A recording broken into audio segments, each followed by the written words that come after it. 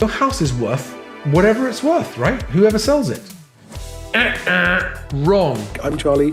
Welcome to Moving Home with Charlie, and thank you for coming. Charlie Landing grew up in Sussex, is the founder of Best Agent and presenter of Moving Home with Charlie. If you want to find one of these guys, look out for those compassionate professionals. All estate agents are not the same.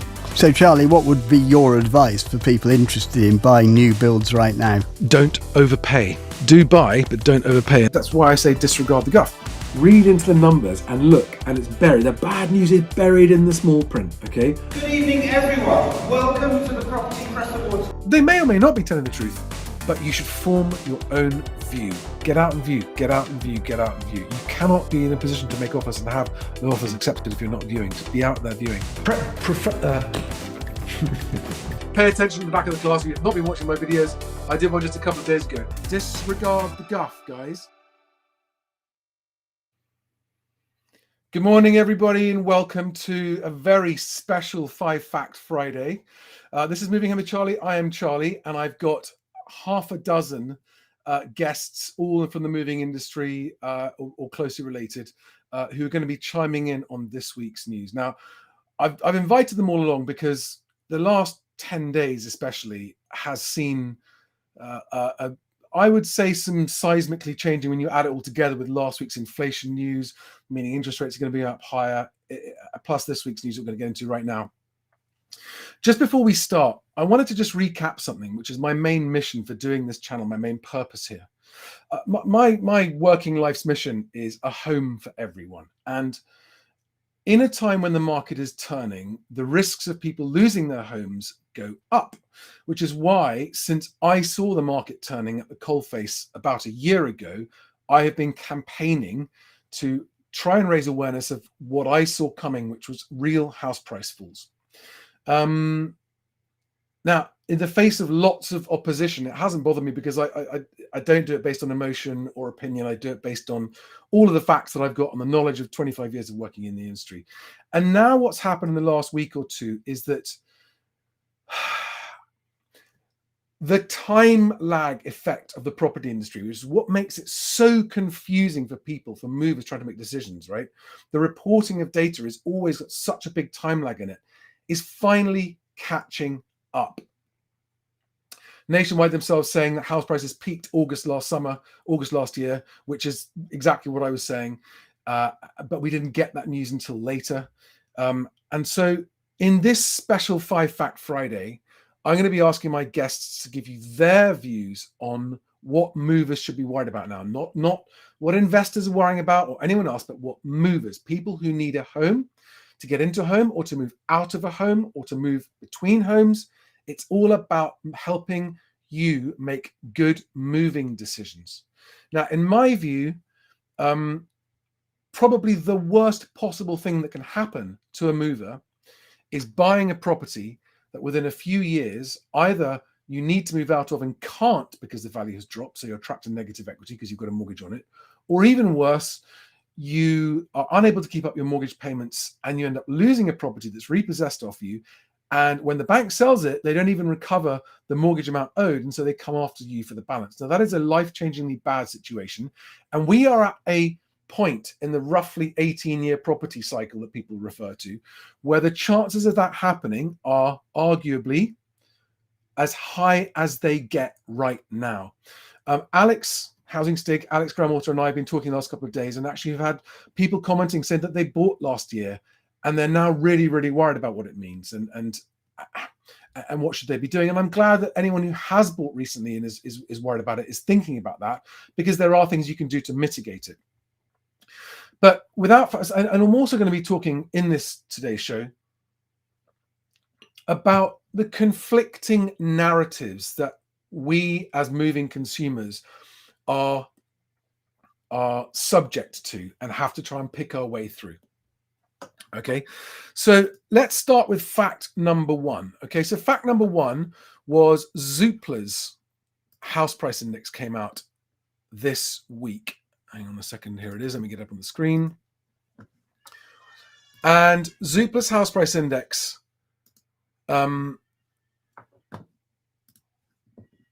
which is published by Richard Donnell, who I've had a tweet with him, and I'll talk to about in a minute. The one point on this is that he says UK house prices have fallen 1.3% in the last 6 months, but they're no longer falling as quickly. Now, first of all, he's not specifying if those are asking prices, agreed prices, or actual prices.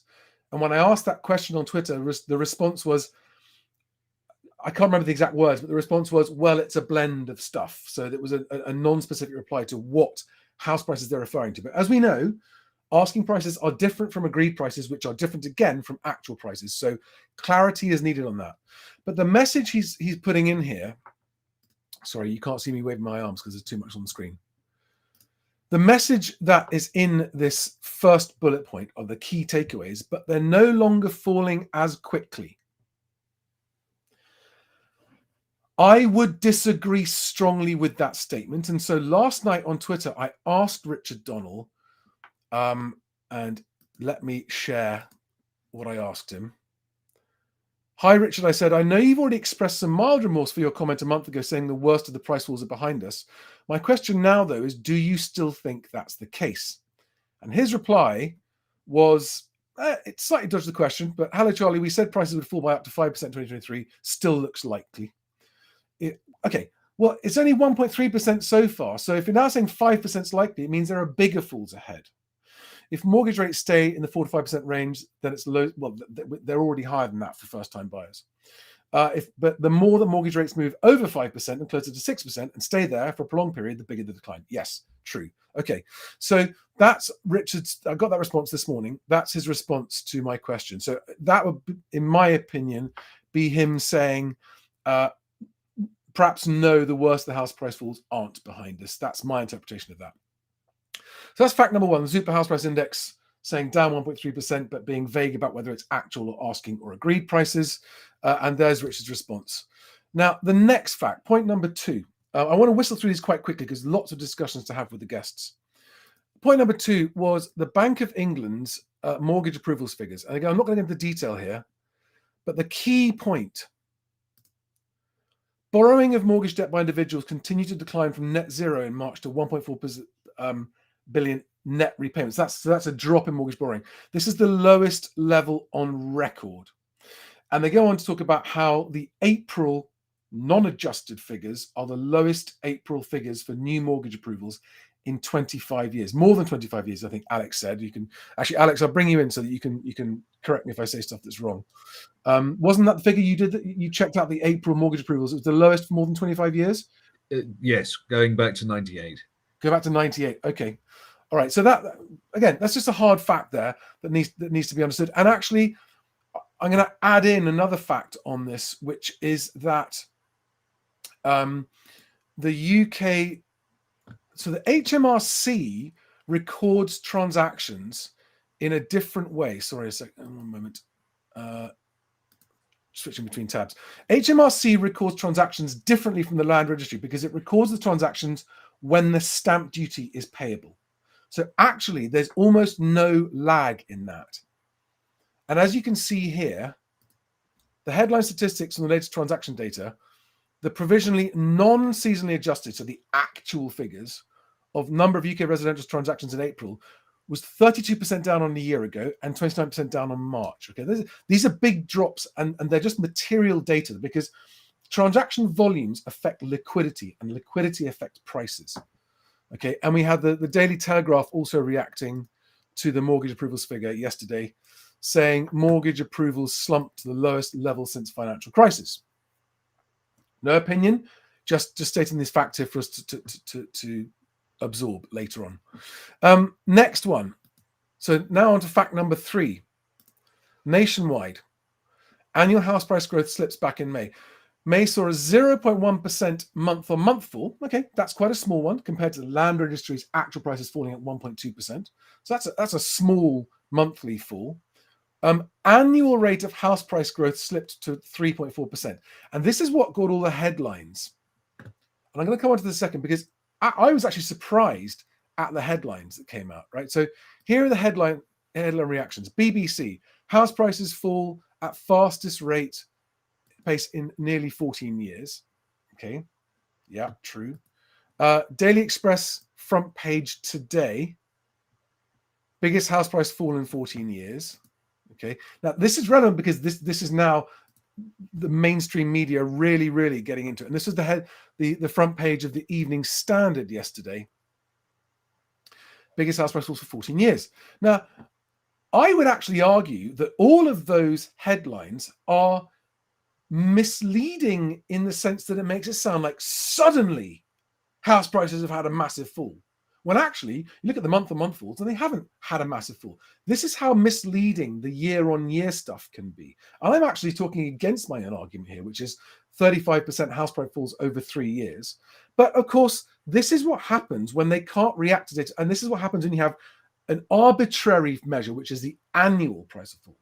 So when the monthly price fall for Nationwide's data set was 0.1%, the time change of the annual means suddenly 3.4% annual falls. Now, what if you interpret that, and Alex, correct me if I'm wrong, if there are much steeper annual fall figures to come, aren't there? Whatever happens. Yes. Just from the way the maths works. So in other words, the headlines in the coming months are going to get bigger and badder than that. Yeah, through until about October. Even if things are not falling that quickly month on month because of the peaks that we saw in October of last year, then yes, you're going to see quite a large percentage decline. And of course, this is very unhelpful for people trying to make decisions. Okay. And I don't want to be accused. So I'm not sitting myself on the back of these going, look, massive house price falls, because if you zoom out and look at the context, this is exactly what we've expected and what we saw coming. Right, now on to fact number, so that was the media reaction, was fact number 4. Fact number 5, which is what I really want to get everyone's reaction to and discuss.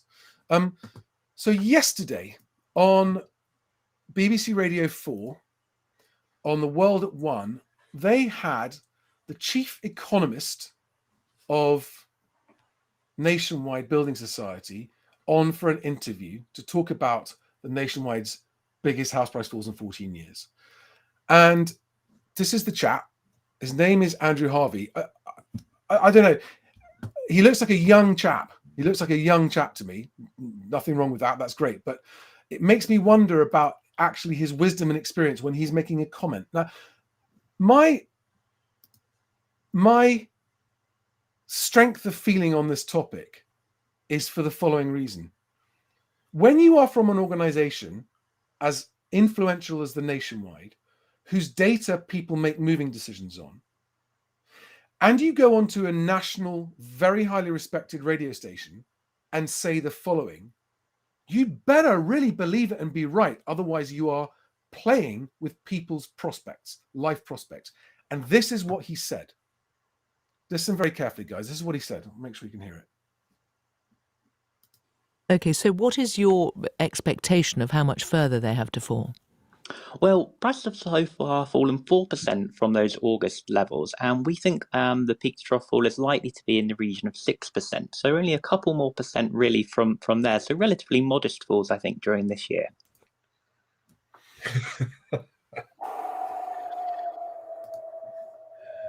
And relax. It makes me, I mean, literally, I can feel my blood rising about how angry it makes me when people in a position like that make unqualified statements like that. So to give myself a chance to calm down, Alex, can I have your reaction to that statement, please? It simply makes no sense. What we're seeing at the moment is that real wages are still continuing to fall. Consumer credit from the bank stats tables from the Bank of England is increasing dramatically. As the Bank of England said itself, mortgage outstanding loans have stagnated. In fact, it's falling, the amount outstanding, and the amount that's being borrowed is massively lower than it has been since 2008. Against that, we've got the backdrop of ever increasing interest rates. Yep. And when you add all of those facts together, there is no way that we have seen the worst of the falls, and there is only 2% left ahead of us. I don't understand how he could make that statement. I can't see anything that is going to happen in the near future which is going to increase people's real wages or lower interest rates that we know will take at least 9 months and up to a year to work through the system anyway. If you look at the bond market, it's impossible that the 2% is correct. I agree. Impossible. And I just think he needs to be challenged on that statement. I really do. So any journalists watching this who have direct contact with Andrew Harvey, and I know that there are newspaper journalists who watch this, could you please challenge him and say, could you please substantiate that we only think there's 2% further to fall statement? Because that statement could quite easily mislead people into thinking, oh, well, there's only 2% further to fall. We're safe to buy now. Yeah. That's the problem. That's the problem. Now, on that topic, I would now like to bring in, first of all, I'd like to bring in Andrew Simmons. So, Andrew, welcome to the show. Andrew is a registered RICS, so Royal Institute of Chartered Surveyors member of the RICS, as well as an agent. And you've been in the industry one way or another for 20-something years, haven't you? Yeah, that's me. So I would love, Andrew, just to start off with your opinion on that statement that he just said, and how you think that chimes with the reality that you're seeing in your market. You're in the West Country, around the Bristol area, sort of north and south of Bristol, but I'd love to know what your views on that are. Well, it's interesting because there's a very similar dynamic that I heard from a client of mine only recently. Now, this client of mine, I'm selling his house. It has to be said that the value placed on the house is somewhat higher than it should be as a result of his desire to sell higher, because another agent overvalued it by about 100 grand a year ago. So we've brought it down. We're about 80 grand under where it was before, but we're still about 20 over its value. Anyway, he's a bank manager, and can I say the bank, or is it not? Yeah, absolutely. Yeah. So he's a bank manager and works for NatWest.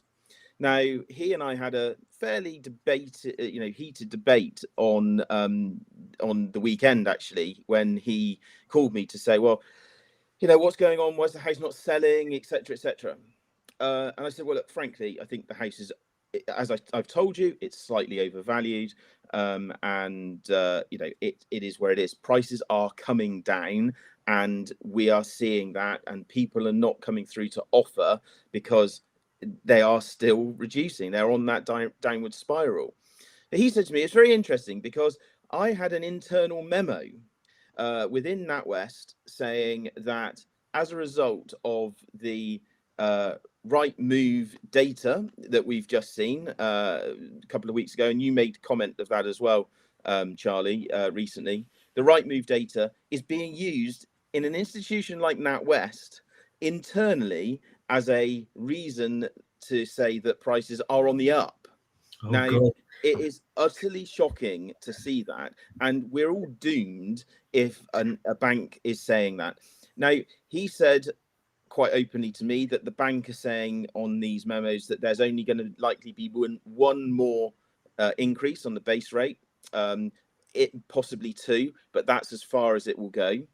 Now, that's again a very interesting point. I know it's slightly off topic there, but we also see the other day the pull of the mortgages. Now, if the rates were going to be rolling further on downward, the base rate going upward, we would be seeing mortgage rates, quite frankly, being static and like they were, but now they're being pulled, suggests quite strongly that we're actually going to see further falls and further increases in those rates. So yeah, completely, that's an absolutely live within the last 7 days conversation, and as you say, from the coalface. It's very, very worrying. And, whether or not people in these positions, whether it's NatWest or nationwide, are aware that they are giving unsubstantiated or at best poorly researched information, or whether they're unaware of it and just believe what the powers that be say. I mean, when you work in large corporations, your boss tells you what to say and you say, yes, sir, don't you? It's pure incompetence. You see it. I mean, as a freelancer, I've worked in so many different organizations covering a lot of different industries. And one of the first things you learn very early on in your career is that the level of incompetence in certain areas you're sitting there listening to someone who is a professor, a doctor of engineering, and you take their word for it because these guys are qualified. Yeah. And yet, when you dig just a little bit deeper, it is frightening. I mean, the fact that they would be using that data to set policy for the bank, or to at least inform their policy, is insane. Well, so Graham, I'm going to be bringing in Graham, mortgage broker, in a moment next. But just one last thing from Andrew before you go. What would you be saying to sellers and anyone moving house right now about from your point of view, your expectations on the wider market, the mainstream market, not the high end, the mainstream market, the people who need to move? What would you be saying? So if a seller at the moment needs to sell, now whatever reason that might be, because family circumstances, financial, etc., if you need to sell, take a strong offer. If you get an offer, even if it is 10% below asking, take it, because you're not likely to see that again. If you're a buyer, come in with some cheeky offers, because unless you're going to sit in that property for the long term, it's like we spoke about with the zero deposit mortgages. Unless you're going to be in that for the long term, you've got to buy cheap. I'm sorry, but you've got to. All right, Graham, welcome to the show. All right. Thanks. Sorry for just blindsiding you and bringing you in there with that. I was doing other things. I was looked up on the screen. Yeah. Always the just while Andrew's still there as well, just a reaction to Andrew's comment about, since yesterday, I was noticing on Twitter other brokers saying that yet more lenders yesterday afternoon were announcing quite significant rate rises on their mortgages. Can you tell us about that? Yeah, we've seen pricing in the last 6-7 days, certainly the last 24 hours post-bank holiday, increase quite significantly. I mean, you're looking at 0.7%, 70 bips, 80 bips in some cases. Barclays this morning, their rates, their best rates start with a 5. So it's a bit lumpy, but it did the same after Liz Truss. It's uncertainty on how to price, I think, is driving it. There's technical factors as well that I think are important to be aware of, in that the time it takes for a lender, for many lenders, now it depends on the system they use. I'm by no means an expert on this. It's something that was discussed with me just yesterday. But there is a delay in a pricing of a product and their ability to get it to the likes of myself and Lewis and our businesses to be able to sell it, right? Okay, so that delay using the system they use is about a week. So if you've got a fast shifting market, right, and you're pricing and then swap rate to doing everything that they're doing, well, then you're behind the curve already. So many lenders will presumably choose to wait and see how it settles down and then come back in the market. Certainly the specialist lending market, because you can't have a week delay on stuff. So yeah, rates are lumpy, but as I say, they always are. It's been a bit hard. It's been a bit quick for my liking over the last few days. Yeah. That could be one of two things. It could be that they've done a lot of business, so they've priced themselves out because they can't work out how to price the funds, right? So sit it out. We've got a lot of business. Admin staff are busy, so some of it will be commercial. But what you'll find is that they'll all jump ship. They'll all come back, right? They'll all price their rates a bit higher. Somebody will break cover. Will have access to cheap money. A big lender that's not securitized, that's not borrowing the funds to sell. So you've got your HSBCs, the deposit-based stuff. They'll come back in, and others will follow. So, the news have picked up on this in our world. This is how it is. This is how it happens. The best you can do is get the best you can at the time you can get it, and keep an eye on it. The good thing, I'm not here to extol the virtues of being a broker, but the good thing about using brokers is that we know we can sit here and say, yeah, it's a bit lumpy at the moment. If you're going to do something, do it. But we're going to keep an eye on it because we've got the visuals on the market as a constant. We're always sitting in it. We know when something, that's a bit higher. Well, we had a chat this morning with Lewis actually about this very thing, saying, oh God, rates are shot a bit, haven't they? But I think it's a bit of caution and see where we are in the next 3, 4, 5 weeks. What I'd be saying. I think that's very wise, bit of caution. I think your point about it's another Liz Truss Kwarteng moment. What's interesting is that there hasn't been any sort of sudden announcement or event or mini budget. This has just happened almost organically that we're back up with gilt yields. Well, it's the back of the inflation figures a week and a half ago, isn't it? And the money, and the reason it's taken a week and a half is because they were selling the money that they had previously. So as I guess as that sort of longer view, because obviously mortgages are even the products they're pricing are 2, 3, 5 years plus, right? So once they get a handle on what they think is going to happen over that 2, 3, 5 years, well, they'll price it accordingly. Which is why we've had this inverse over the last 9 or 10 months, where what has been traditionally more expensive forms of funding, such as longer term fixed rates, have been under the shorter term because the shorter term outlook is rates to be higher. So, as I say, I think it will smooth out, but we are in that, as we were with the Liz Trusting, we have this initial knee jerk panic. What are we doing? If they don't know how to price it, they just not come into the market, so they'll take themselves back out of it. That's really interesting. So you're saying that there is a bit of uncertainty, turmoil, lumpiness, but you think a few weeks and it'll settle down. I mean, it's not. I'm not suggesting it's going to go back to it's still going to be higher than it was. But I think when you see and this is the press again, when you see the likes of X many mortgage deals removed, well, that's not because lenders all of a sudden said, well, we're not wanting to make any money anymore. It's purely because we can't price it. So let's not get our fingers burnt. Let's just sit it out, wait for it to settle, as it always will, and then come back in from there. But yes, I think it will be priced higher than it was because of the outlook on base and the rates for the next kind of however many months we're going to have. I'm going to keep you on screen for a minute. I'm going to say goodbye to Andrew. Thanks, Andrew. Thanks, Simo. See you soon. I'm going to bring in. So Alex, do you have a reaction to what Graham just said? That makes perfect sense. I mean, absolutely, that is the way it will work. When they can't decide what they're going to do or how to price it, why would they step in there and potentially lose money? Wait for it to calm, then come back with the right price. Yeah. Hi, Lewis. Hello. You all right? Yeah, just getting your details up on the screen here because I don't have producers and stuff to do this for me. I just wondered, if you'd like to add anything to what Graham said, because you and I have been having a bit of text message conversations and stuff, and talking about the uncertainties in the market. And again, going back to what Nationwide just said, and again, Graham or Lewis, actually, your reaction to this? Oh, we think we've seen the worst of the falls, maybe only 2% ahead. What do you make of that?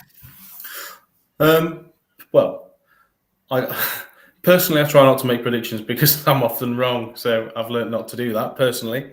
But I guess with mortgage rates continue to rise, hopefully that will level out and hopefully they'll come down.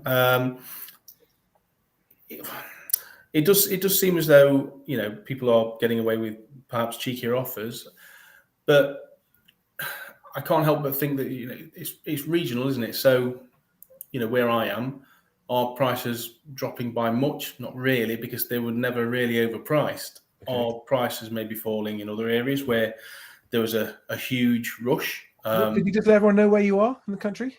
Oh, okay. So there's two. I cover both Mansfield, which is in Nottinghamshire, and Teesside in the northeast. Yeah.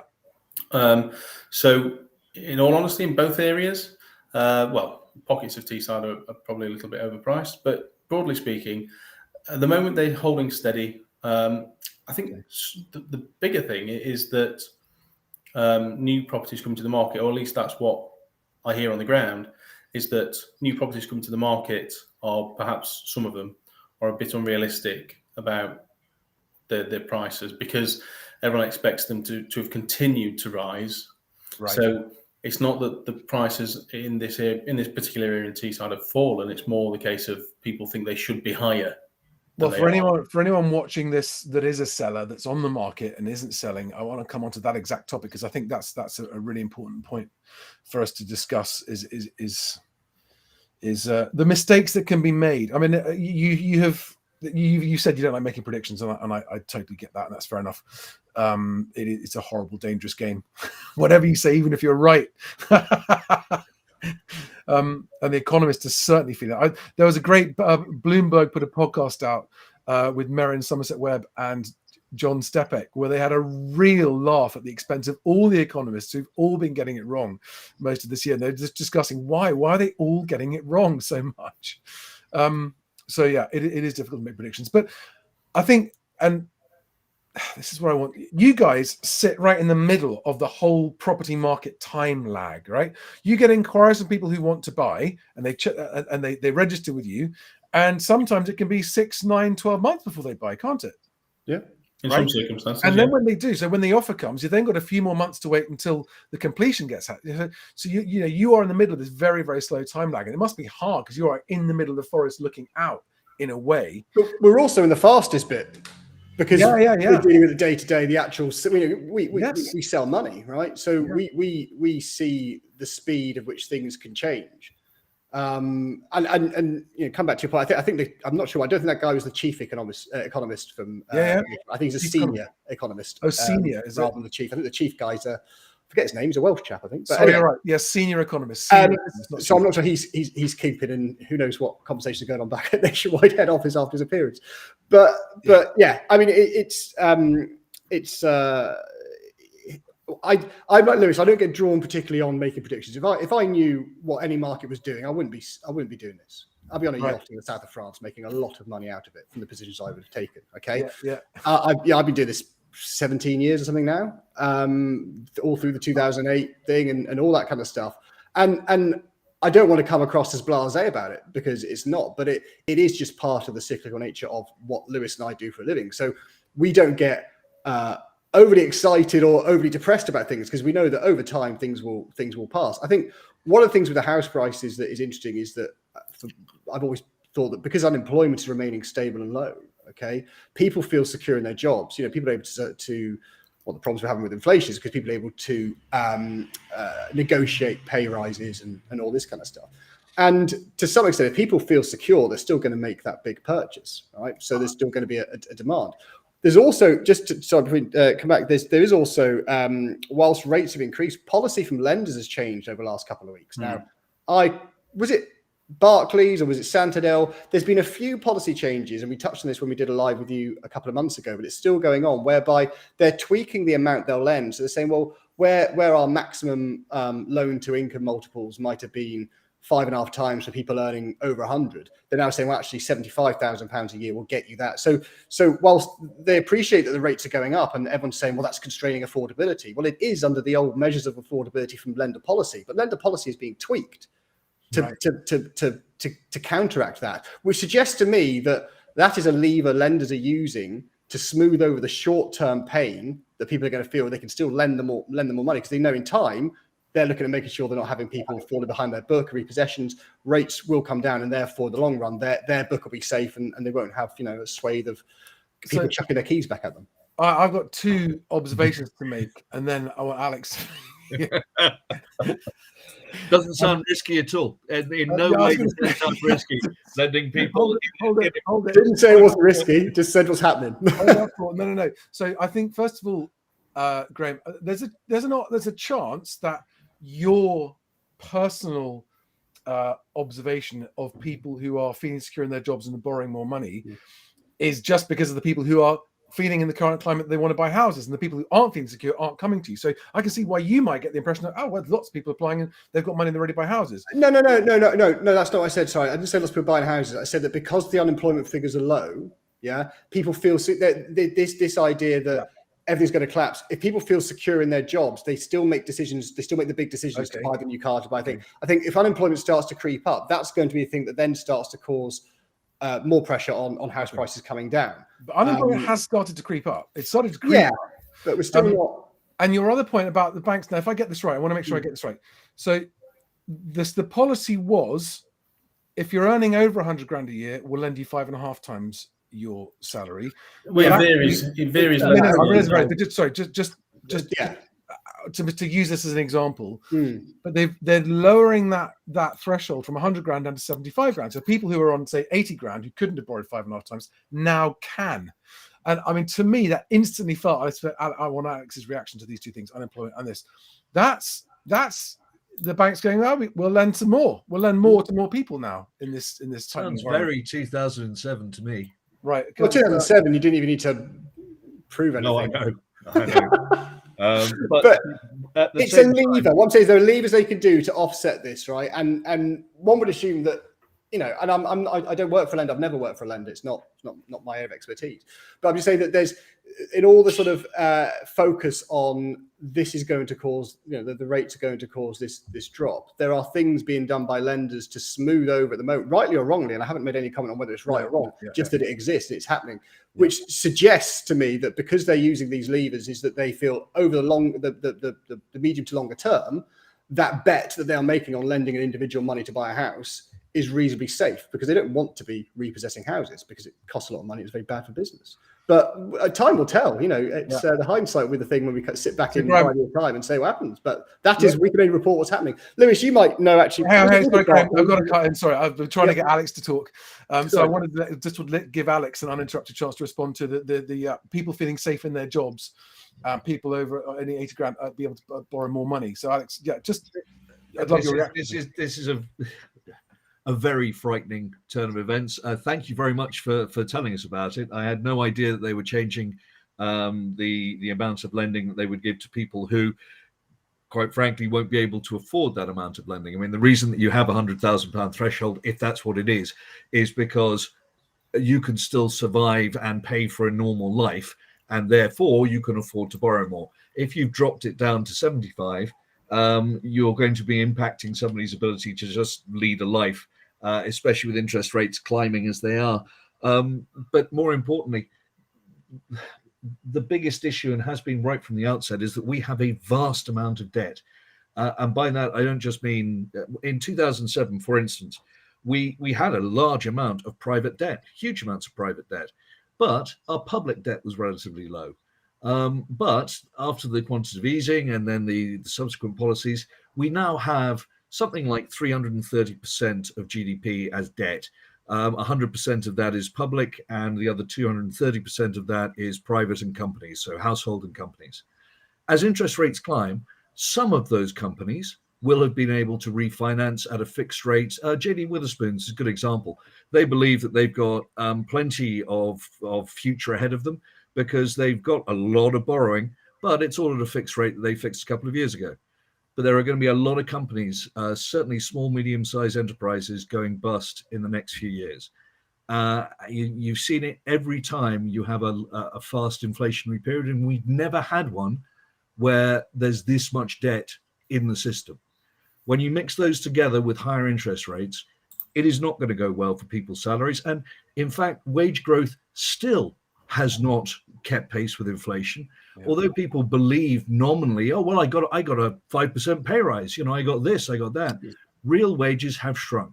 And if real wages shrink, your ability to service your loans, especially if they allow you to borrow more money at a lower salary, doesn't work. The math does not add up. This is a but you're right, because as that happens, and if companies do go under, then that'll push the unemployment figure up, and we get back to the. I hear both things. I mean, to me, Graham, the gut feel is that it's worrying that they're doing that because they need to keep lending because that's what they're in the business to do. I get that. I'm going to Graham. I'm going to just thank you very much and say goodbye to you. Keep Lewis on for one more moment and bring one of our agent guests in as we start to turn the conversation towards what sellers should be thinking about. So cheers, Graham. Thanks a lot. And right, Murray, I'm going to bring you in. Just had Murray Lee of Dreamview Estates in North London, who's been an estate agent for over 50 years, has seen it all. There's nothing he hasn't seen in an estate agency. But Murray, just hold on one moment. I just wanted to give Lewis a chance to give his own reaction to the conversation that Graham and Alex just had about lenders basically making it easy to borrow more money for higher earners, and with unemployment. I mean, what do you? Well, I'd like to think that, given that the bigger mortgage lenders that do this kind of stuff, you'd like to think that they, for one, they've got skin in the game, definitely, and two, they will have modelled this, obviously, and because they have to, the PRA and the FCA would mandate it. They would have to have modelled what the impact would be. So they must have a pretty positive, kind of set of data to allow them to do that. Now, is it a good idea? That's not for me to say. Do you get that many people needing to use it? Again, it's limited. I mean, don't forget a lot of this kind of stuff with these kind of products where you've got enhanced income multiples for people earning over certain amounts of money. They're often tied up with professions as well. So it's not as though, let's say, I don't know, let's say that I sold artwork for a living.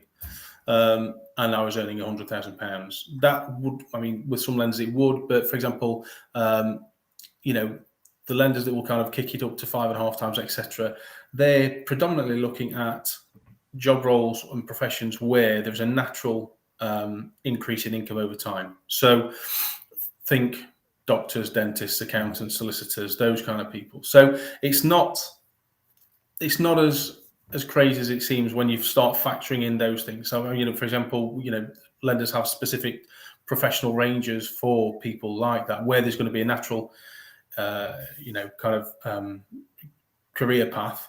Yeah. But I see where you're coming from in terms of, oh, they can borrow more and therefore we can keep this all turning. I get that. And to a certain extent, the economy, because the business cycle and the way it works, we all have to keep dancing till the music stops. That's just how it is. Do you know what I mean? So that's one way of looking at it. Yeah. You know, I don't see it as this terrible thing. But again, it's not a huge amount of people that are going to be sat in that bracket anyway. But it could be terrible for some people who have taken on a huge amount of debt and then find themselves homeless. Yeah, but that could be the case for anyone at any time because things happen. That is true. But that's true, but it's less likely if you have serviceable debt, which generally means one that is small enough that you can afford it, as opposed to stretching to the point where you can't. No, that is true. But again, I mean, obviously, when we, you know, when, for example, we do a decision in principle, when we're doing affordability calculations, the stress tests are built in. Those stress tests, admittedly, did change because the Bank of England or the PRA changed the rules on what they had to do. But nevertheless, lenders, I don't think, have actually decreased the stress tests in any, you know, meaningful way. So given that that's the case, if they are borrowing that amount of money, then, you know, they should, in principle, as long as they don't lose their job, be fine. Right, Lewis, that's brilliant. Thank you very much. Now, I'm keen to move on to talking to the agents about. I'm one of the main points of this live stream for me is for sellers who are worried, sellers who need to move and are worried. I'm going to go to that. But Lewis, thank you very much. Been brilliant having you on again. I'm also going to bring in the other agents. We've got to have two agents on screen, so actually and Simo as well. Why not? Let's have a proper agent love-in. Lewis, lots of love. See you soon. Cheers. Bye-bye. So Simo, there we are, back. And Simon Taylor's not at his desk at the moment. I'll wait till he comes back. So I would, as you know, it is my view that the market is overall the mainstream market, for which, Murray, I'm not talking about the area, you know, you're in North London, you deal with 7-figure properties on a daily basis. But for ordinary people around the country who are dealing in 3-bedroom semi-detached homes of around about £300,000, who need to move and are worried about it, that's the audience I'm really referring to here. And the biggest and most difficult thing, and in fact, Murray, last time you were on, we had a conversation, I asked you a question, you said the answer was it's very difficult, but it is my very strongly held view now that in a market, and the market is falling. National average, the market's falling in all regions. Land Registry confirms that. Nationwide, Halifax, they're all showing, even Zoopla showing price drops, right? Everyone except for Rightmove is showing price drops. I think Rightmove must think that asking prices go up with their subscription prices. Maybe that's why they.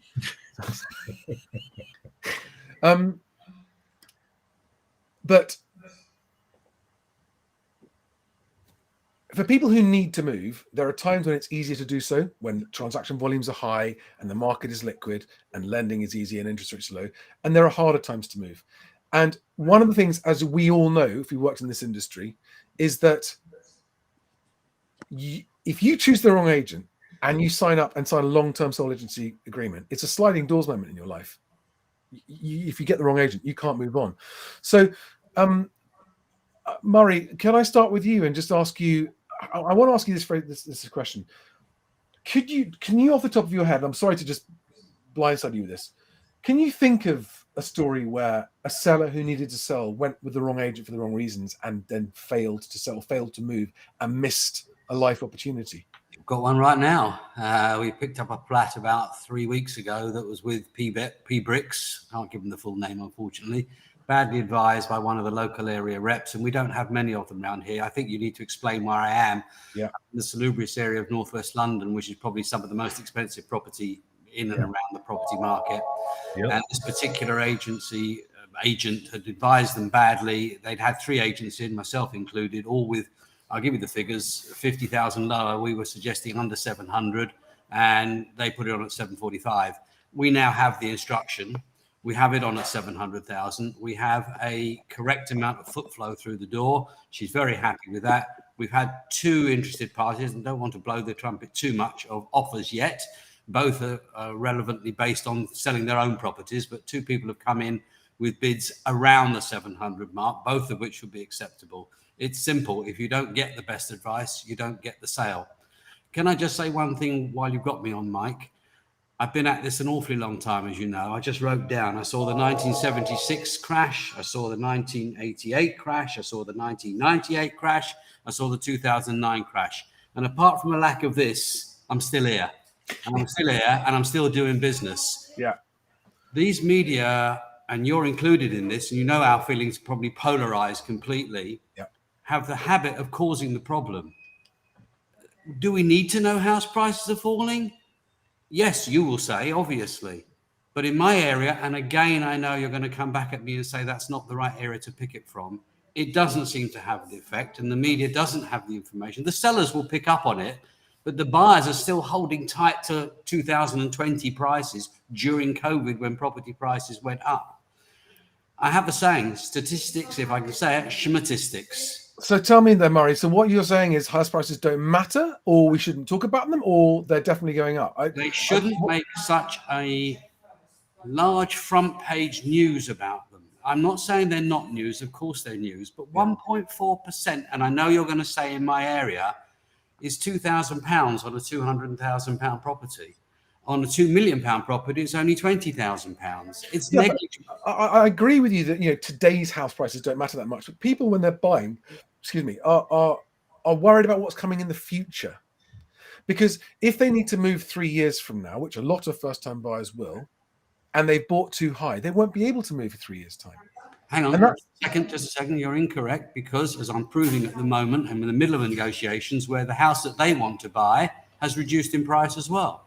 So there's a domino reverse. If you're in negative equity, if you've taken out a 90% mortgage and your house price has fallen more than 10%, you can't move unless you've got money to pay the difference. Again, that's because of where I am, and I respect that view does change. I don't see and haven't seen repossessions in northwest London of any type at all for some time. No, you are in a rude Bradford, Burnley, Berkhamsted, not Berkhamsted because that's a salubrious area. Right. Areas where prices are falling, yes, there's going to be negative equity. I can only talk from what I can see here. It's not fair on you or me. No, I get that. But it's more about what I was asking you about was about the wisdom of the choice of agent. That's. Oh, sorry. Okay. So coming back to that, I think I've answered the question completely. You have to choose the right agent. Lots of bad advice out there of how to go about choosing. Your mindset of how to get a best agent is top class. We sat and talked about it 2 years ago, but people don't always follow the right advice. They've got to be given the right advice by people like yourself to know who to go to. Most agents either get the instructions by local marketing, recommendation, and success rate in the area. And unless somebody knows how successful they are, they're not going to be able to be guided to them, if that makes sense. Yeah. Okay. All right, Murray, thanks. Andrew, do you want to, have you got anything to add? I mean, again, I'm here for sellers who are worried. I'm here for worried sellers. So whether they're thinking who to instruct or whether they've instructed the wrong agent and they're not selling, again, what I'm worried about is first-time sellers who, because of the media, think that all agents are basically unnecessary. They're a necessary evil. You just have to use one. So you may as well just pick the cheapest one. And again, a lot of first-time sellers don't even realize that when they sign the terms and conditions, they've just locked themselves into a 3, 4, 5, sometimes even 6-month contract, and how destructive that can be. I mean, do you see that in your area, Andrew? Yeah, I mean, I think a bit like Murray, my 2 regions. So I operate as you know, but for the audience, I'll kind of explain. I operate North Somerset, so the south band below Bristol, and South Gloucestershire in that band above. Two very, very different regions, although separated by a major city, or a fairly major city. The movers in South Gloss tend to be internal movers, if that makes sense. So they'll move from one suburb of South Gloucestershire to another. And that market then stays quite transactional within it. Those buyers are still there, but with prices changing, very much like Murray said, it's all relative because you're in that region. You know, you've got, if one price is here and one price is here, they're going to just shift like that, or they're going to shift like that together within a region. Now, North Somerset is a region that attracts buyers out of Bristol. So 90% of our buyers, for example, in BS48, North Somerset, come from BS3, which is South Bristol. Two different markets. Now, if the South Bristol market isn't moving, we don't have buyers coming into North Somerset.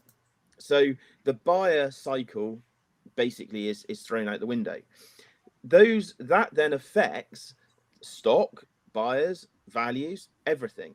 And what sellers have to understand is that if you want to sell and you're trying to get a buyer at a higher price, you can't work that way. You have to get the buyer at the right price, and that's where other agents and I you know me, Charlie, I call a spade, and I value properties that I want to sell at a true value because I'm a registered valuer. I look at it differently to most agents. Most agents want the sale because they feel that getting the instruction gives them 12 weeks to sell it. And if in 3 weeks it's not shifting, well, we can renege the price and bring it down. And that's a typical bad estate agent approach, but it's a common one, and it's one that people don't appreciate. And so I look at it on the basis that I'm a registered valuer, and so therefore I try and see what a lender will value at, because it's so important not to get a disparity between, you know, a lender's valuer down valuing a property. Now, when that property goes on high, I talked about one earlier, didn't I? You know, 100 grand more than it's worth by another agent. That's because they wanted the instruction. But why, as a good agent, should I go and invest all my time into that property at the wrong price? Yeah. I'm quite happy to work with vendors who slightly push the value up because they want to try and achieve something. But I have that conversation that says, look, I think you're a little bit high, but we'll try it, but we'll have a conversation about bringing it back. And if you're honest with people and open, then that helps massively. But the point about sellers, if they're needing to sell, then they will have to take offers that people are prepared to make. It's not about, and that's where the value comes in. It's, you know, it's that old adage that the house is only worth what someone's prepared to pay for it. And, you know, that does come into it very much. So as I say, I do operate two different markets. So I see those things. I see different ways of operating. There is an element of arrogance in, you know, one area to the other from a vendor's perspective, but that's not been helped by other agents really. But you know, every market's different. You know, I see people moving out to, say, the Devon market. The Devon market is still buoyant from what I'm hearing. You know, you've got, but Devon is attracting buyers from all over the country. Whereas, as I say, when you've got a pocket like, you know, a small pocket south of Bristol is bringing those buyers from within Bristol, and the two markets are different, that doesn't help. Whereas if the market's self-contained within a region, it makes life a lot simpler. Thanks, Andrew. Thank you so very much. Appreciated. And Murray as well. Anything else you'd like to add, Murray? I'm going to start to wrap things up now with Alex. See, I'm getting a lot of flack on the side. I'm still here. Someone called me a dinosaur. I said I'm not extinct yet. It is different in my area, and I respect the person that pointed out crashes do make a difference to people, and I understand that completely. It's very hard for someone who's been entrenched in one area for a long time to see the whole global picture, but I do. I listen to you, and I respect that. It's my point being that the media create the problem. The facts are there. I'm not disputing that at all. Prices are falling for sure, but I think they're negligible overall. And someone said it might get worse this year. Well, I'm not sure. I'm not that much of an expert. But I do think that we have to hold tight, and good agents give good advice, and I'll keep on doing it as long as you'll let me. That's right. And this is the point, an agent's job is to know their patch, isn't it? It's to know what's going to sell at what price in their patch. Your job is not to know the macroeconomic picture. That's a whole full-time job in itself. But you don't need an agent to be an economist. You need an agent to know what houses are going to sell at what prices and when. That's what you need from an agent. And that's, Murray, what you do. And you and I have worked together a long time, and I have ultimate respect for you because of your honesty and your whole approach, which is be honest with clients, be honest with clients. That's why you've done so well and you've been here so long. Chaps, both of you, thank you very much. Alex, hang on, we're going to wrap up now. Really appreciate it, and I'll talk to you both soon. All right, thanks, guys. Right. Did you enjoy that, Charlie? We're still here. Hang on a second. I'm just going to go back to put the 5 thing. So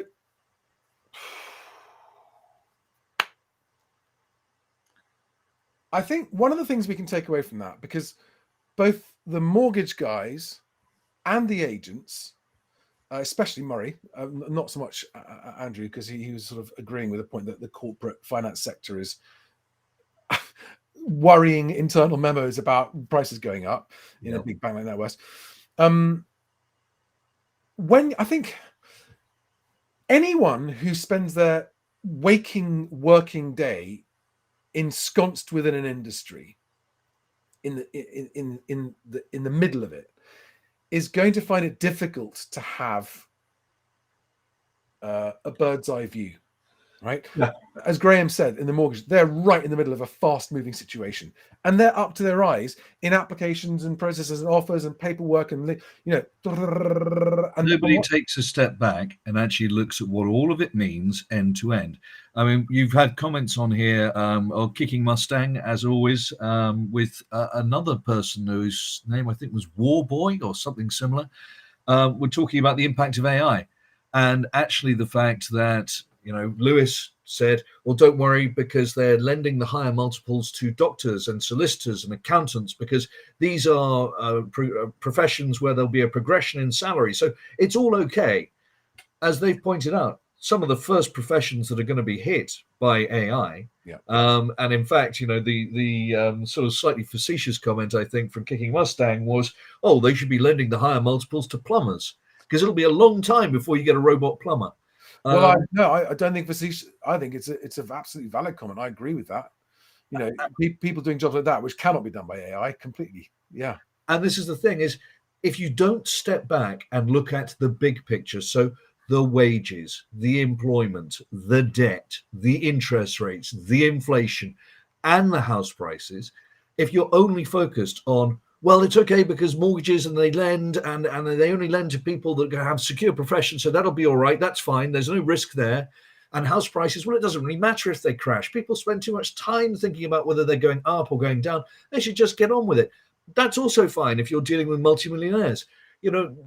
As you say, people get caught up in the detail of their particular role. You need to step back, look at it across the entire spectrum to realize we are not going to experience 2% falls over the rest of this year. If you put a 0 on that number and made it 20%, that would be more believable. Well, I agree. And this is what worries me so much. And this is why, it's why these videos are actually so important. Because without anyone saying what we're saying, what would you believe? Yeah. Well, you'd believe that there was one. Yeah, and there's also an element of lenders arguably making lending policy easier, easing their lending policy to make it possible to borrow more money. Why? Well, we've seen it before, because banks, everyone working in a bank's got a target to hit this month. Correct. I mean, that really is 2007. It's like the people doing the lending, the underwriters and everything, the business, they are not the policy makers. No. And the policy makers are making policies to try and hit sales targets. And I suppose there's a catch-22 for the lenders, because what do? Go, well, we should tighten our lending. But I get it. Like, you keep singing till the music stops, as Lewis said. Yeah, well, that was a very good line. I mean, let's face it. In 2007, the sellers were incentivized to hit targets. I mean, that was where it all went horrendously wrong. Yeah. Is that their bonus payments were tied up with how many of these products they sold, which is why, at that point, ethics and morality tend to evaporate when your own pocket is being filled. I don't know if that's the case now. I would hope not. But even so, one of the points that was made was that people still feel secure in their jobs because unemployment, according to government figures, is at an almost all-time low. Now, we know that that's not true. They're not counting all of the people who are off sick. They are not counting all of the people who they have now said, well, it's okay, you guys don't have to look for a job. Unemployment is higher than is being put in headlines. And it's, again, false security, in the same way that whoever it was earlier today, or it was on that radio podcast you played, the person afterwards was saying, well, I mean, anybody who has thought that house prices would continue to rise was making a very unreasonable assumption. He was talking about people who are in their early 30s. All they've ever seen is the aftermath of 2008, 0% or 0.5% interest rates, and yes, house prices nominally rising. Why would you expect a person who has nothing to do with economics, only gets their news through the television or some newspaper headlines, to think for 1 second that house prices are going to fall when they've been told, well, there's nothing safer than bricks and mortar? Yeah. He's a professor of economics. Well, bully for him. He's 75 years old and he knows house prices can also go down. I'm so pleased for him. Shame he didn't tell everyone else that. It's funny, actually. There's been a new, so as the economic news has changed and the headlines have changed, and the actual reporting from the land registry of 5 straight months of falls nationwide, 8 months, 7 out of 8 have been falls. Mortgage lending is falling. Yep. Transaction numbers are falling. Yeah. Inflation is not falling fast enough. There is no going up. news. I mean, literally nothing there is positive. None of that news. So all of the guys who are going, oh, it's a blip, it's going to be fine. Do you know what they're now saying now? That I could never have guessed this, but I've now seen a whole handful of these people go, well, of course markets go down as well as up. That's the new one. That is the new. Well, of course they do. All markets go down sometimes. Well, what's the drama? Where's the news? Well, yeah, markets go down sometimes. That is the new mantra of those in denial. It does make me wonder, and you know Russell Quirk, and maybe I shouldn't mention his name, but you guys know each other. But it makes me wonder if what we have been saying is correct. He made a comment on Twitter the other day about, well, Charlie, you should watch out in case you get sued by people who held off, buying a house and had missed out on the opportunity. But surely, if what we're saying is correct, wouldn't he feel any guilt or remorse about everything that he said over the last 9 months to encourage people to go out and buy a house because house prices are going to be higher in October 23? Well, I know Russell well, and I can say the answer is no. He wouldn't have any remorse about that at all. Not because he doesn't care. He's just a product of his environment. He knows what he knows, and he doesn't know what he doesn't know. And he makes a living from serving property PR clients, and promoting himself. And he's done very well on that. He's got himself on Talk TV and stuff like that. I mean, Russell is, Russell, he may well watch this. Russell is a bit of an enigma. He's a very interesting character. That's why I like him as a person, even though I profoundly disagree with some of the stuff he says. I think some of the stuff he says is plain stupid, actually. But he's actually got a heart of gold in there. Just misguided in some things, I think. He's now out there fighting for cladding victims. Yes, no, that's great. Don't get me wrong. Those things are wonderful. He's challenging Sadiq Khan on bullshit claims on London house building. Mm-hmm. And Russell, I think I'm right saying, was a counsellor at some point. So he's an example of a good human with some bad ideas. That's how I see Russell. A good human with some bad opinions. That's, and I know a lot of people see what he says and think, my God, what an idiot. But if you get to know him, actually, you get to know most people. Most people have their opinions for reasons we may or may not understand. And I don't like to burn bridges. I like to keep dialogues open. And maybe one day he'll come on the show. But Charlie, you realise those are the people that are setting the new lending policies for these. That's the incompetence you refer to. Correct. Quite rightly. Well, let's just finish up and with a recap of where we are on this. I think I say where we are, where I am, and I feel that, especially given the events of the last 2 weeks, specifically inflation coming. I agree with you. At some point, inflation is going to fall very fast. Actually, I'd be curious. I'd like to ask you when you think that might happen, and what the rough date range that might happen is. But it's not coming down as fast as anyone was hoping. No. People have now accepted that the Bank of England base rate won't be coming down before it's gone back up, before it's gone up a bit further, which means that the downward pressure on house prices from interest rates, leaving aside wage shrinkage for a minute, is going to remain in place because of the time lag effect of it for at least another 18 months. Oh, yeah. Then you add in the downward effect on house prices from wage shrinkage. No matter what unemployment figures are, no matter how confident people feel in their jobs, even people who are earning money are earning less, and that correlates more strongly with house prices than anything else. Yep. It is, I'm going to use this phrase again, it's mathematical gravity. They cannot not be going down. Ignoring how far we're predicting. Actually, I've got one of your tweets I want to bring up on screen in a minute. That's how we can finish up with. Because you put your tweets that you put out, here we are. Let me get this up on screen. Was I sober? No, these are the charts. Here we go. Let me get it up on screen. Okay, and Murray, I know you're still there watching this. I'd like you to pay attention to this quite closely because, okay, there are the 4 house price prophecy models you generated. And one of them is actually looking very close to what's happening. Which one is it? I think it was this one. Sticky inflation? Yep. Sticky inflation. And that one, is it that one? No, it's not. That's balloons. No, it's the bear one. It was the bear one. Hang on. Oh, recession. Next one along. Yep. There you go. This one. Yep. Okay, so this one, let me just make sure that's as big as it can be on the screen. It is, yes. Okay. I'll hide that caption. So this is looking like it might be close. In fact, even slightly optimistic. And this is nominal price reductions of 33% from the peak by January 25, I think that is, at the bottom.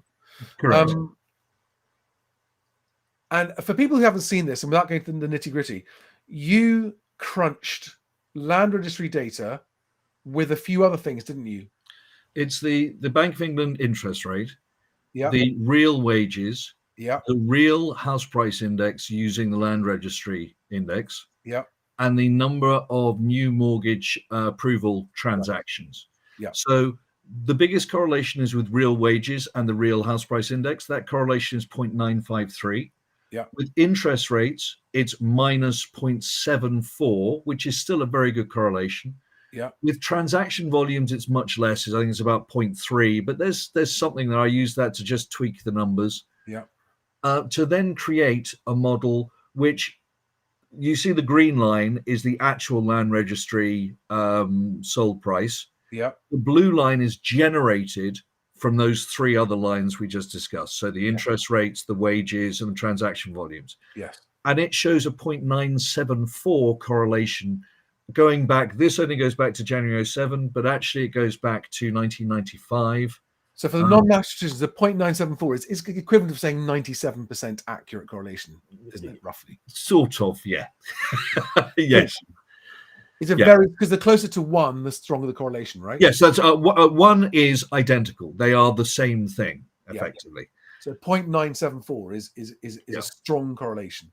Yeah. Now you can see that if you look at 09 on that graph, you can see the blue and the green lines diverge. And that's when there's a massive instability or change. So what happened there is wages fell, interest rates also massively fell, transaction volumes also massively fell. And what it meant was that actually house prices fell even further They were than this right. model Oh predicts. gosh, of course. So when the green line's below the blue line, it means house prices are even lower than the model predicts. Correct. I wrote the model to be optimistic in Okay. times of trouble, which is why if you look at 2021, Yeah. you'll see that again, house prices were actually lower. According to the model, real wages with the furlough money went up so much Yeah. that house prices should actually have increased even more. Yeah.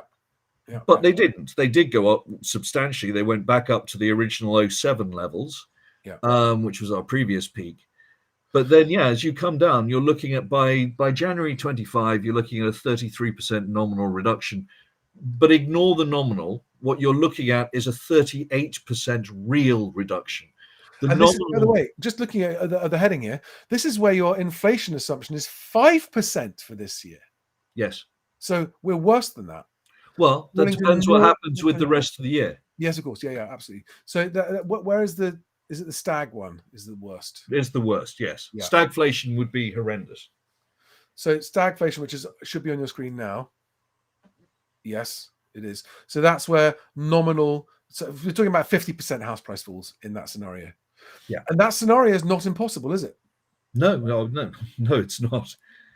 So this when you did this in March was of the scenarios you did, this was the worst case scenario of the ones that you Correct. did. And it's saying CPI inflation is 8%. Yes, it's still higher than that. Falling to 6% in 2024. Okay.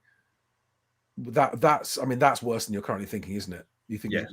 Well, let me ask you the question now. So, where do you think inflation's going to come down? When do you think inflation's going to come down? Well, and this is the problem we've got at the moment. So that's why I did all of these scenarios. The first one was the Office of Budget Responsibility. It just used their figures, which showed a 20% fall. Then I did the sticky inflation, then recession, and now you've got stagflation. If you'd asked me 3 months ago, I would have said definitely it was the bear. We were going to go straight into recession. What would happen was interest rates would get to somewhere between 5 and 6%. Everything would break and it would fall off a cliff. Companies would go bust. People would lose jobs, and inflation would be basically zero through next year. Starting probably Christmas time this year was where the big falls. So if we'd asked you 3 months ago. Yeah. Okay. The problem we've got now is because core inflation actually went up. Yeah. At that point, you say, well, could we be heading for a stagflation model? Is it possible that we could actually effectively be in recession whilst also still experiencing inflation? So right now, my gut says we are still going to just bomb our way into a horrendous recession sometime at the back end of this year. Our headline CPI has already fallen to 8.7%. The next round, you'll probably see it down at 6, then at 4, then, off a cliff. That's the model that I originally did. But I'm not ruling out stagflation now. Let's see we're going to have to see what the next inflation figures are and where core sits. So now, would it be so at the moment you're sitting somewhere between the bear and the stag? Yeah, it's still more bear than stag, but I'm no longer ruling stag out. Right. So in the last 3 months, your position has become more bearish. Yeah, I mean, even less than that in the last couple of weeks, ever since the core inflation went up. Yeah. Wow.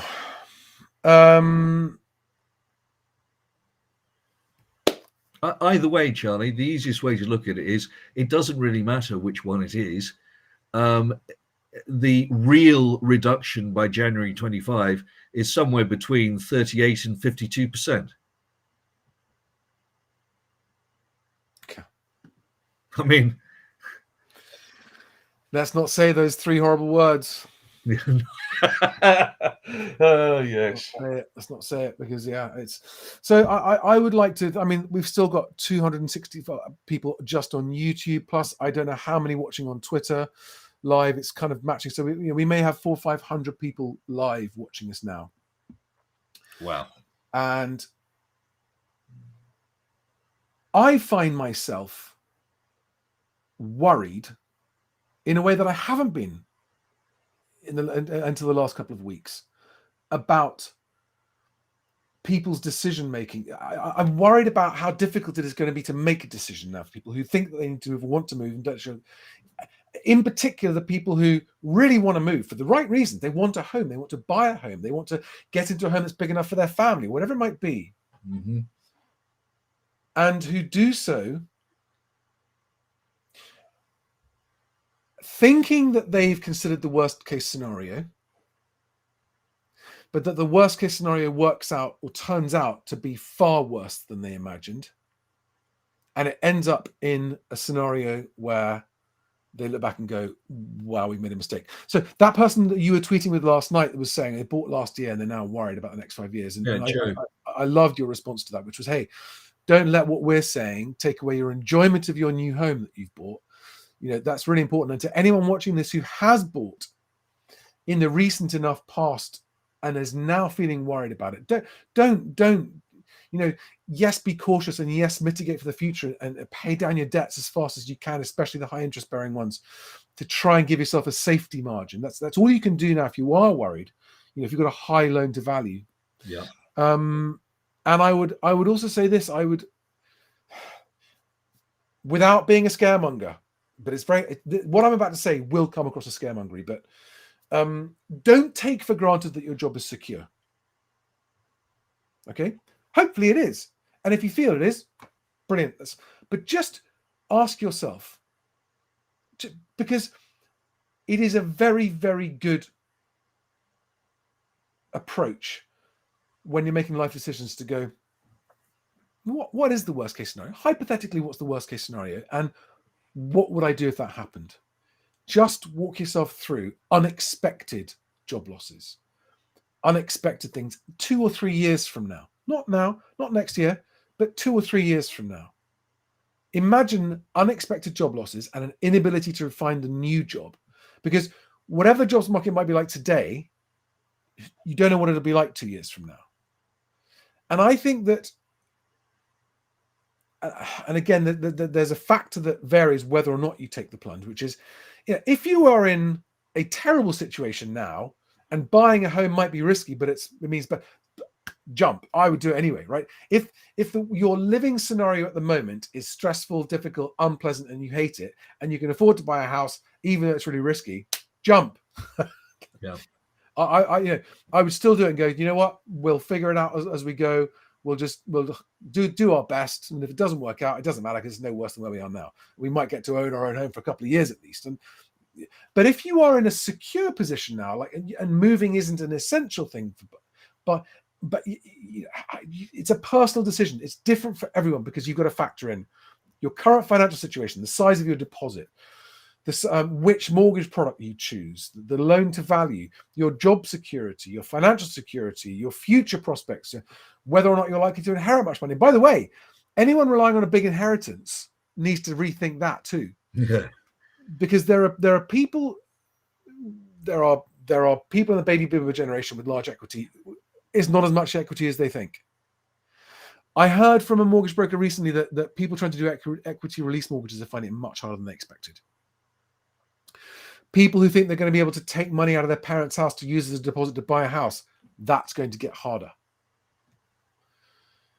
So listen, let's hope for the best. Let's hope that somehow the economy holds itself together, the worst case doesn't come, and everyone's better off than they thought. But I cannot stress, if you're going to be stretching yourself, be very, very careful, and either make the decision that if the worst happens, the worst happens. I'll roll with it.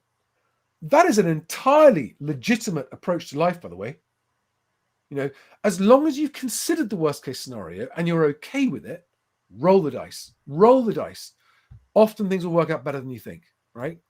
But if you are banking on security based on assumptions that are just that, they are assumptions, and if the worst case scenario happens, it ends up putting you in a position that you do not want to be in, then you need to be ultra careful. And if you are a seller now who needs to sell, in other words, not selling is not an option.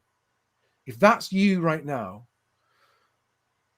if you haven't yet chosen an agent, choose your agent as though your future life prospects depend upon it, because they do. And I do not exaggerate, right? There's no vested interest message from me here. I'm not telling you who to choose. I'm telling you to choose incredibly carefully, number one. And if you are currently on the market and getting nervous because you're not selling, the first thing you do, if you like your agent and you trust them, is go to them and say, I want to sell now. I want to sell now. Could you please find out what the best offers we can get are? Get offers, get people into view. I just want to know what the offers are. But if you've lost faith in your agent, move agent now. Talk to other agents and find one that you can actually rely on. Okay. And agents like Murray and Simo, people like that, who actually are realistic about the realities of the market and know your patch where you live and will get it done. They're the people that you need to find wherever they might be working. All right. So on that cheerful note, slightly positive, I'm reminded of Eric Idle. Always look on the bright side of life. Just before you take your terminal breath. Yes. Life's a piece of shit when you look at it. Look at it. It's a great song, great lines in that song, great lines. But yeah, I want to end with a smile, guys, because I want to end with a smile. I'm not going to say why. Let's end with a smile. Alex, as ever, thank you very much for your valuable contribution. Pleasure, Charlie. And everybody, keep sending me your questions and stuff. Twitter, moving_Charlie, is where I interact most with people in the live tweets. And choose your agent carefully. Thanks, guys. See you on the next one. Bye-bye. Bye-bye.